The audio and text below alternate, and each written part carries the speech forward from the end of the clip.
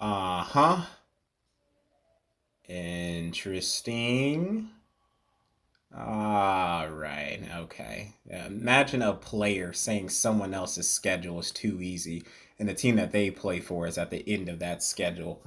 Welcome to Black Man's Log Reviews. Today we're going to dive into the Big Ten. And no, we're not going to be discussing Kevin Warren's month long one man circus. Enough curse words have been spoken over that. But today we're actually looking at all 14 schedules in the Big Ten from toughest to softest. And seeing as my team is a three-peat Big Ten champion, I should be an expert. Hornibrook delivers, intercepted, Ohio State, Damon Webb.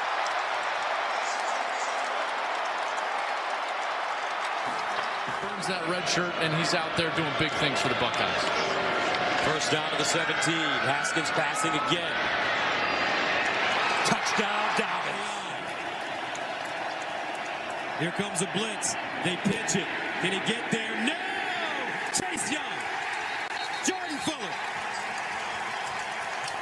And the Buckeyes will take over.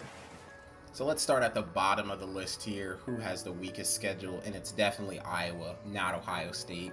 They went 10-3 last year. They're projected to open 3-1 based on ESPN FPI. I honestly feel kind of bad for putting them at the bottom of the list, but somebody has to be there, right? They have an impressive 3-week stretch playing Minnesota, Penn State, and Nebraska, and ending the season with Wisconsin. But no other team in the Big Ten has a 3-week tune-up schedule like Iowa, playing Purdue, Northwestern, and Michigan State all at the beginning. Wisconsin immediately follows in 12th place here. They are projected to open 4-0, but they have a challenging game against Michigan week 4. But Illinois, Nebraska, Purdue is a pretty nice 3-week tune-up, similar to Iowa. The rest of the schedule is just well-placed tune-up games the week before a major game, the remaining 4. When you are the three-peat Big Ten champion, it's hard to imagine what a challenging in-conference season even looks like for you. Ohio State is 11th on the list, projected to open 4-0. They've got a challenge week 1, but it's primarily a tune-up game against Nebraska, an impressive week 2 challenge against Penn State, and likely career days following the next 2 weeks. The remaining half of the schedule shows a decent challenge beginning with Indiana and ending with Michigan. So they're definitely lower on the list, but weakest schedule, come on. But speaking of Michigan, that team up north comes in at 10th place. The fact that they're projected to open 3-1 is honestly pretty interesting. If I had to guess, I'd say U of M is leaning more towards the 2-2 route. Opening up a sloppy game against Indiana could put them in a 1-3 kind of dire straight situation. They have a good week 1 challenge, a tune-up, a good challenge at Indiana, and a big game at Wisconsin.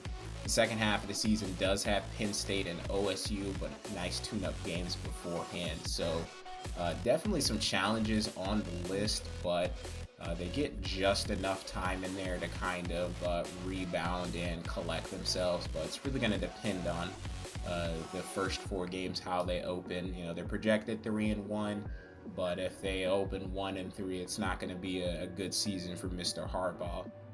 For being 3-9 last year, Northwestern is projected to have a surprisingly good open. Number 9 on the list, they're projected to open 3-1. Northwestern has just a well-balanced schedule with challenges. Easiest game being the last against Illinois, but again, Holding their breath in Champaign. They'll let you know.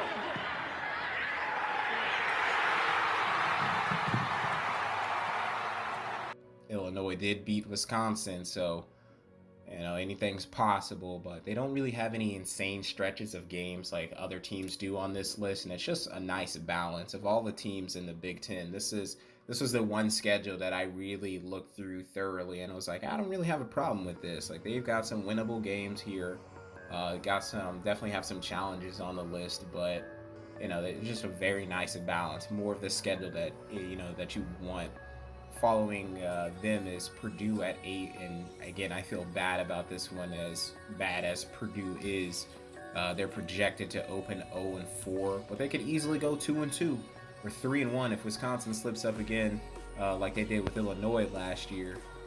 Purdue opens week 1 with Iowa at home. After games 4 and 5 with Northwestern and Minnesota, things cool down a bit and then gradually pick up the pace.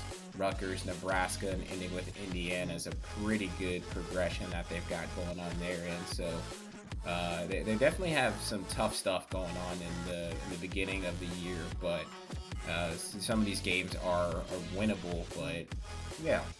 So next up, we've got Penn State and Minnesota. Both teams are tied here at 7th place on this list.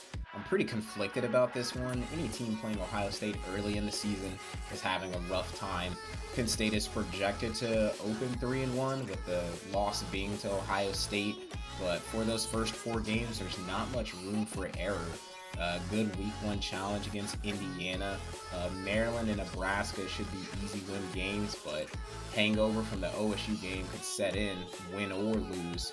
And you really don't want it to, because Iowa and a road game at Michigan is your next 2 weeks. You're looking at a 6-week gauntlet for Penn State fans here that will end with career days against Rutgers and padding some stats against the Michigan State Spartans. So after that initial 6 weeks are over, you can kind of rest easy.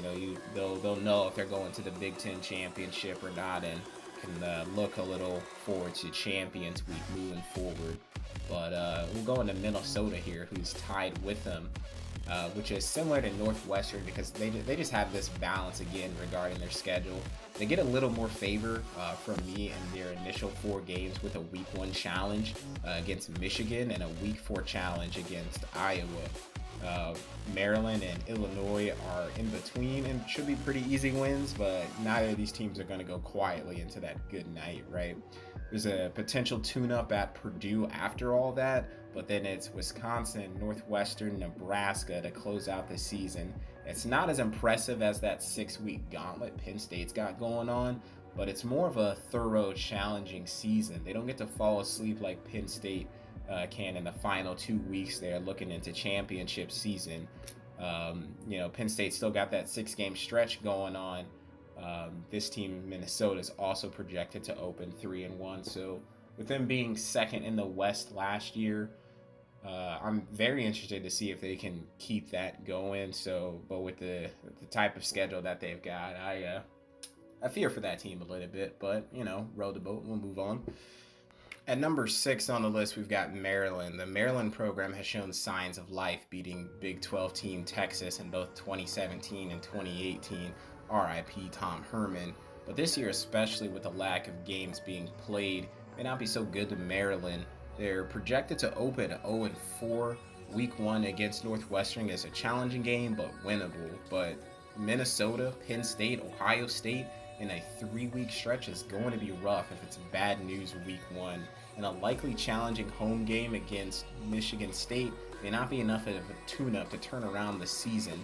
Indiana and Michigan are breathing down your neck for the following 2 weeks, and your only breather is the truly winnable game of your schedule, which is against Rutgers at the very end. It'd be pretty deflating to go 1-7 going into championship week, but it is extremely possible. Indiana gets 1 true tune-up game, week 2 against Rutgers.